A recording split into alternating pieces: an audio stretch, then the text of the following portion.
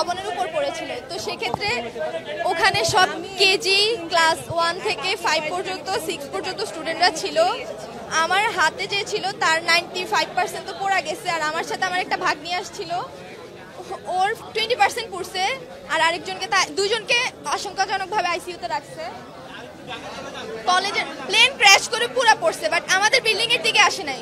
Primary section, যেটা primary সেকশনের building এর উপরে আর কি প্লেনটা পড়ছিল। ইভেন বিস্ফোরণ হওয়ার সাথে সাথে আশেপাশের সাইডগুলো চলে গেছে। অনেক গার্ডিয়ান তো হয়েছে স্টুডেন্ট, প্রাইমারি স্টুডেন্টগুলো সবাই পড়া গেছে, ছোট বাচ্চা বেশি।